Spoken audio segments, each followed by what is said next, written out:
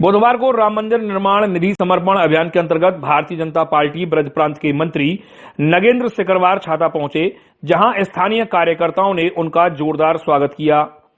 कस्बे के हरनाथिया थोक स्थित पुरानी कचहरी पर पहुंचे ब्रज प्रांत के मंत्री नगेंद्र सिकरवार तथा केएम मेडिकल यूनिवर्सिटी पाली डूंगरा के निदेशक डॉक्टर किशन सिंह व वरिष्ठ भाजपा नेता तरुण सेठ आदि का पूर्व नगर पंचायत अध्यक्ष एवं वरिष्ठ भाजपा नेता कुंवर राजपाल सिंह तथा छाता बार एसोसिएशन के पूर्व अध्यक्ष ठाकुर शेर सिंह एडवोकेट और नगर पंचायत छाता के मनोनीत सभासद विनय प्रताप सिंह बॉस सहित अन्य कार्यकर्ताओं ने साफा बांधकर तथा चांदी का मुकुट पहनाकर स्वागत किया।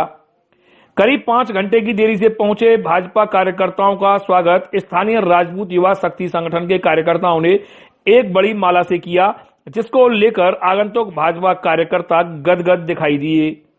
इस अवसर पर राम मंदिर निर्माण निधि समर्पण अभियान के अंतर्गत नगर पंचायत छाता के पूर्व चेयरमैन एवं वरिष्ठ भाजपा नेता कुंवर राजपाल सिंह ने भाजपा ब्रज प्रांत के मंत्री नगेंद्र सिकरवार को राम मंदिर निर्माण हेतु 31,000 रुपए की धनराशि का चेक सौंपा और अपनी रसीद प्राप्त की।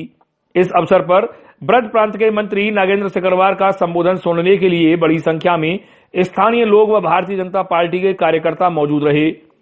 अपने संबोधन में ब्रज प्रांत के मंत्री नगेंद्र सिकरवार ने कहा कि हमारी मौजूदा पीढ़ी बड़ी ही सौभाग्यशाली है कि हम लोगों को राम मंदिर निर्माण में शामिल होने का और उसमें सहयोग करने का सौभाग्य प्राप्त हो रहा है, क्योंकि यह सौभाग्य न तो हमसे पहली पीढ़ी को मिला है, चाहे भले ही उन्होंने राम मंदिर निर्माण के लिए कितनी ही कुर्बानियां क्यों ना दी हों, और ना ही हमारी आने वाली पीढ़ियों को यह सौभाग्य मिलेगा। इसलिए हम सभी लोगों को इस राम मंदिर निर्माण में बढ़ चढ़कर हिस्सा लेना चाहिए। इस अवसर पर राष्ट्रीय स्वयंसेवक संघ जिला संघचालक लक्ष्मण प्रसाद शर्मा, अजय सिंह एडवोकेट, नगर कार्यवाह राजू भार्गव, नंद किशोर पांडे एडवोकेट, नगर पंचायत के पूर्व उपाध्यक्ष तनवीर आलम, डॉक्टर विजय सिंह, केशव नंबरदार, डॉक्टर लव सिंह सहित अन्य भाजपा कार्यकर्ता मौजूद रहे।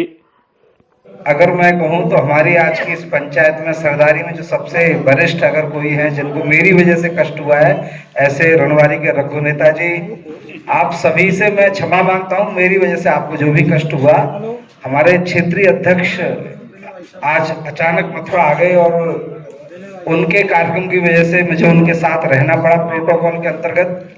बहुत प्रयास करके भी मैं बस क्षमा ही मांग सकता हूं आपसे। मैं भी सुबह रात को 1 बजे आया था, सुबह 7 बजे उनके साथ निकलना पड़ा। सबसे 2 शब्द कहूंगा। 2 बातें हम सबके मन में कॉन्सेप्ट क्लियर रहना चाहिए। एक बात, भगवान राम माने हिंदू कुछ नहीं है उसमें। कई बार भगवान राम को, जैसे मैंने कहा, इस देश के अंदर आजादी के बाद बहुत दुर्भाग्यशाली कुछ घटनाएं हुई। हमने महान नेताओं के साथ बहुत गलत काम किया। ये हम कह रहा हूं मैं, वो इसलिए किया कि हम तो खुद जातियों में बंधे हुए थे, धर्म में बंधे हुए थे, और हमने नेताओं को भी उसमें बांध दिया।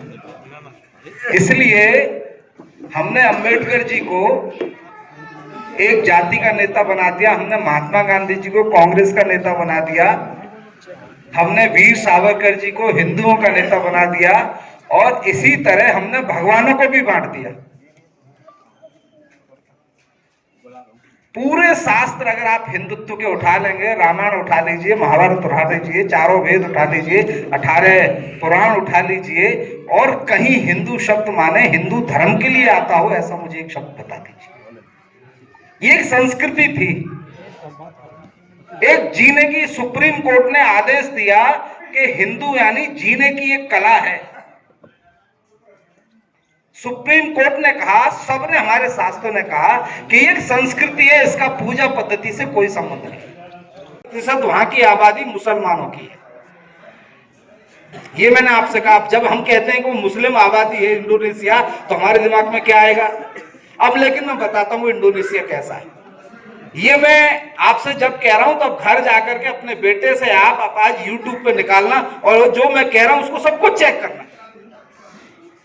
तो जैसे ही आप इंडोनेशिया उतरेंगे, वहां के हवाई जहाज के बाहर देखेंगे, तो हमारे हवाई जहाज पे तो लिखा हुआ है इंडियन एयरलाइंस, और इंडोनेशिया मुस्लिम देशों का आवास देश, उसके एयरलाइन पे, उसके हवाई जहाज पे क्या लिखा हुआ है?